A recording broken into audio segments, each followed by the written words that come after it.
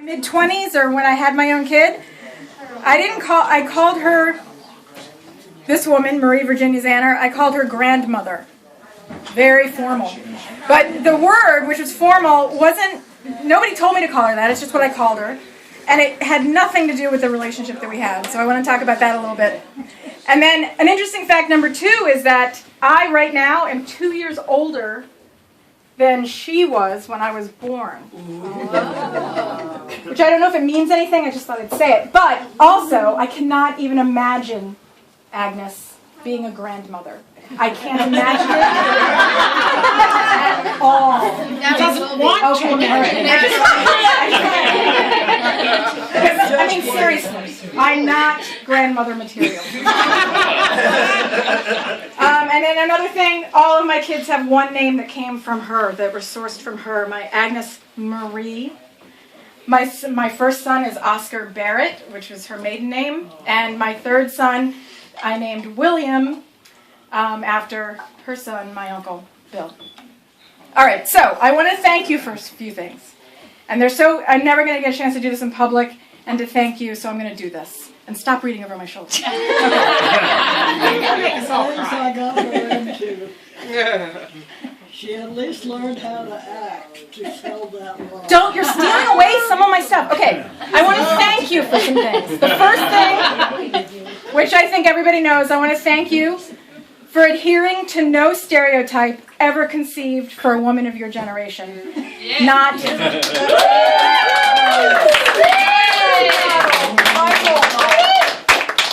You showed me that a woman can write her own rules more than any feminist that we've ever heard, more than any name of any famous person. You have written your own rules, and I love that. I want to thank you for your career. The sentence, my grandmother worked for NASA, or my grandmother was a rocket scientist. That always gets a really good reaction, and then somebody will tell me, no, but not really. And I'll say, no, really. I mean, it's a little bit of an exaggeration, but I love it. When I was growing up, it made the idea of a 50s housewife something that I just saw on TV. It wasn't real. It was imaginary. So by the time I had my own kids, it made making the choice to stay at home with them not something that was retro or something that was pulling me back. It was just my own choice. Because she had made her choices and I made a different choice, and it's fine. I love it. It wasn't anything about her generation. I want to thank you for your culinary skills and your home economics skills. I did invent something that. Well, hold on. That's true. That's the only actually recipe. I have friends. That was the result of many, many Saturday matinees from A-Law, where we had to run home and get something to eat to live on, to go back and do another production in the evening. And we started developing Suffering Bastards by having had them in a place out in Silver Spring, which is now a parking lot. And we experimented until we got the exact amount. Anesthetize you from the horrible things you had to deal with in the afternoon and prepare you to do better for the evening. Wow. Well, to that point, I'm going to thank you for your culinary skills and your home ec skills.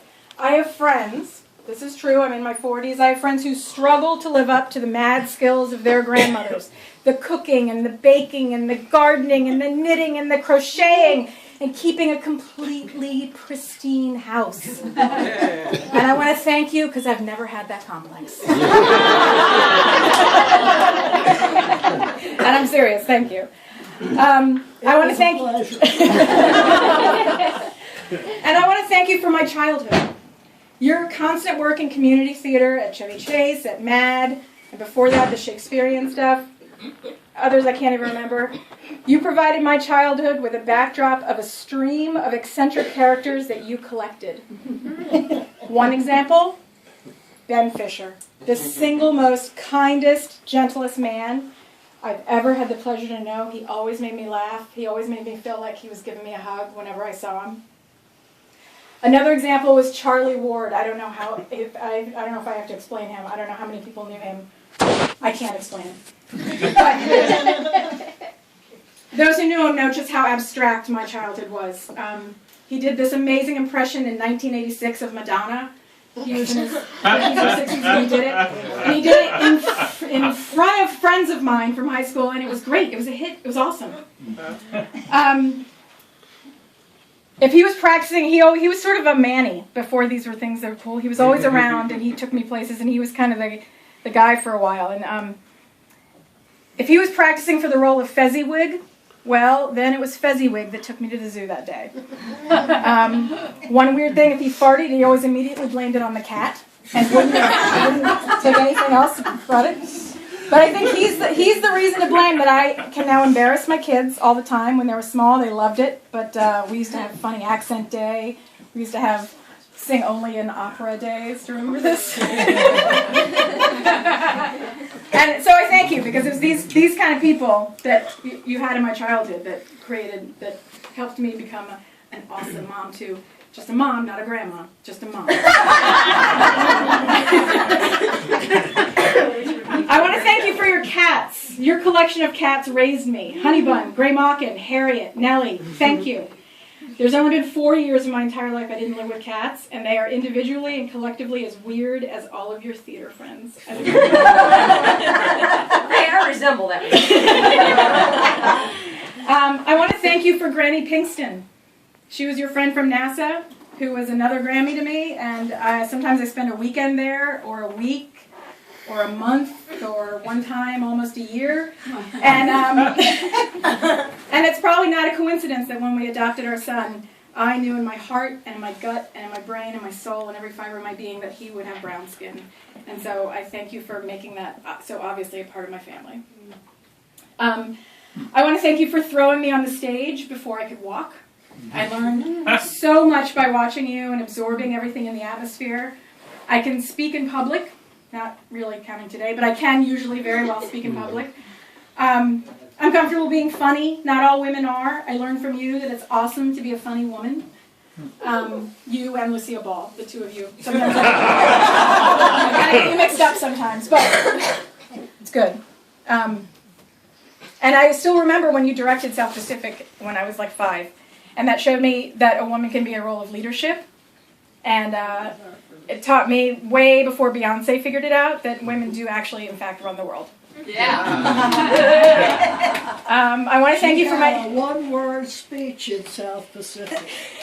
By the time the fellas playing the Seabees finished suggesting lines to her, she had more lines than some of the feature parts. But anyway, I want to thank you for my education. You sent me to a great high school, a good college. It's not your fault. I had a stupid major in something that would become extinct. I majored in magazines. I should have stuck with science, like you told me to. But it's, after I became an adult, I realized that college is not really the expectation for most girls born to unwed moms, unwed teenage moms. So I thank you for keeping that bar high for me and always just assuming, without ever nagging or discussing it, that I would get there.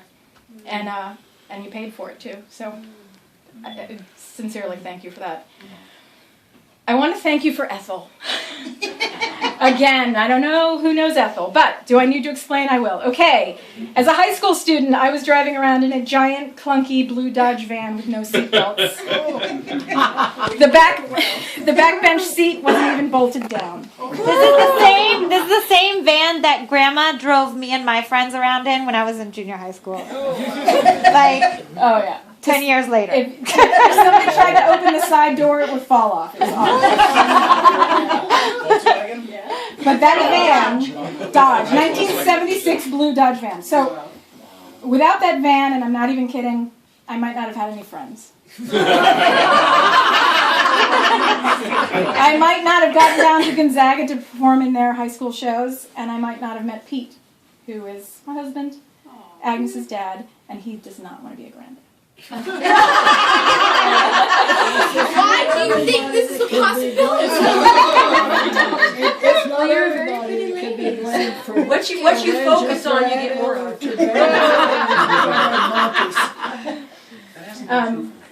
I think in the history of teenagers and cars, there's never been a vehicle who so distinctly became part of the social scene with their own personality and fans and stories and achievements. And I am here to tell you that it is possible to load 23 Gonzaga students in the back to drive them from Gonzaga to Union Station. It happened.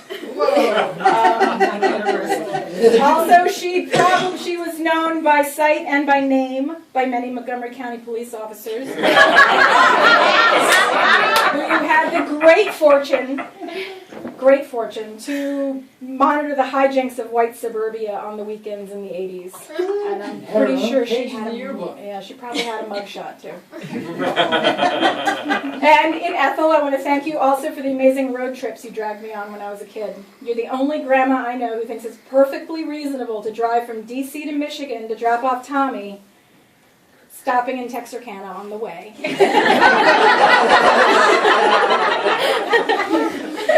Because, of course, right? You have to see your mom.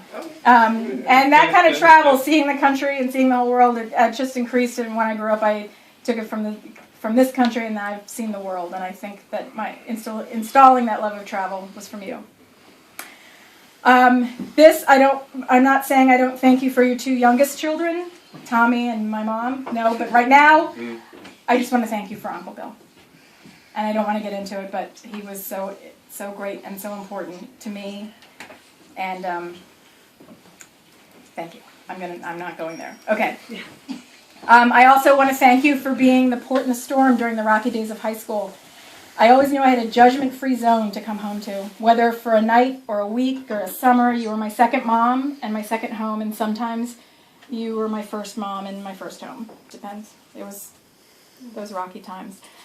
And I want to thank you for being so accepting and without judgment or disapproval or disdain towards the people in your life, everyone. I noticed, and have tried to emulate, but I'm bad at it, that you have this superhuman ability to accept your friends and family and loved ones exactly as they are. And what's more astonishing about this is that it's pretty much the complete 100% opposite of how I remember your mom. So, who had plenty of judgment and disapproval. Just kidding. Everybody. A lot. I've been told, I've gone through some things in the last few years, and I've been told that my father, who was not around when I was a kid, he was absent, and his family was absent from my life because that was a different time. They were Catholics in 1969, and that made all the difference, and that should be somehow excused. And I always say, every single time that comes up, I say, you know what? My mother's family, my grandmother was Catholic, it was 1969, and she never once, not once, never, ever made me feel unwanted, or less than, or a burden, or like anything to be ashamed of. Never. So you wrote your own rules for your family, just like you did your career, and I am so grateful. Stop it. Okay, I'm almost done. So I'm saying, look, no one is perfect. Even though I'm making it sound like you are, you're not.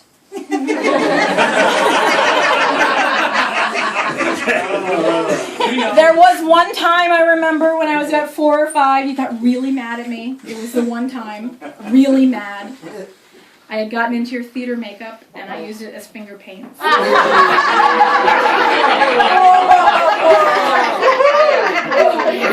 you're not perfect. But to me, you are. You're perfect with all your imperfections and your collections of things and cats and theater people and extended family members, and your stories and your fiery independence. And I know that independence is going to make this next chapter of your life more difficult, but I'm sure that you're going to live this chapter in your own way too and write your own rules. Anyway, so I'm really lucky now to call you Grandma, no more grandmother, and I'm so thankful to the profound contributions that you've made to who I am today. And Katie, you're next. Nothing.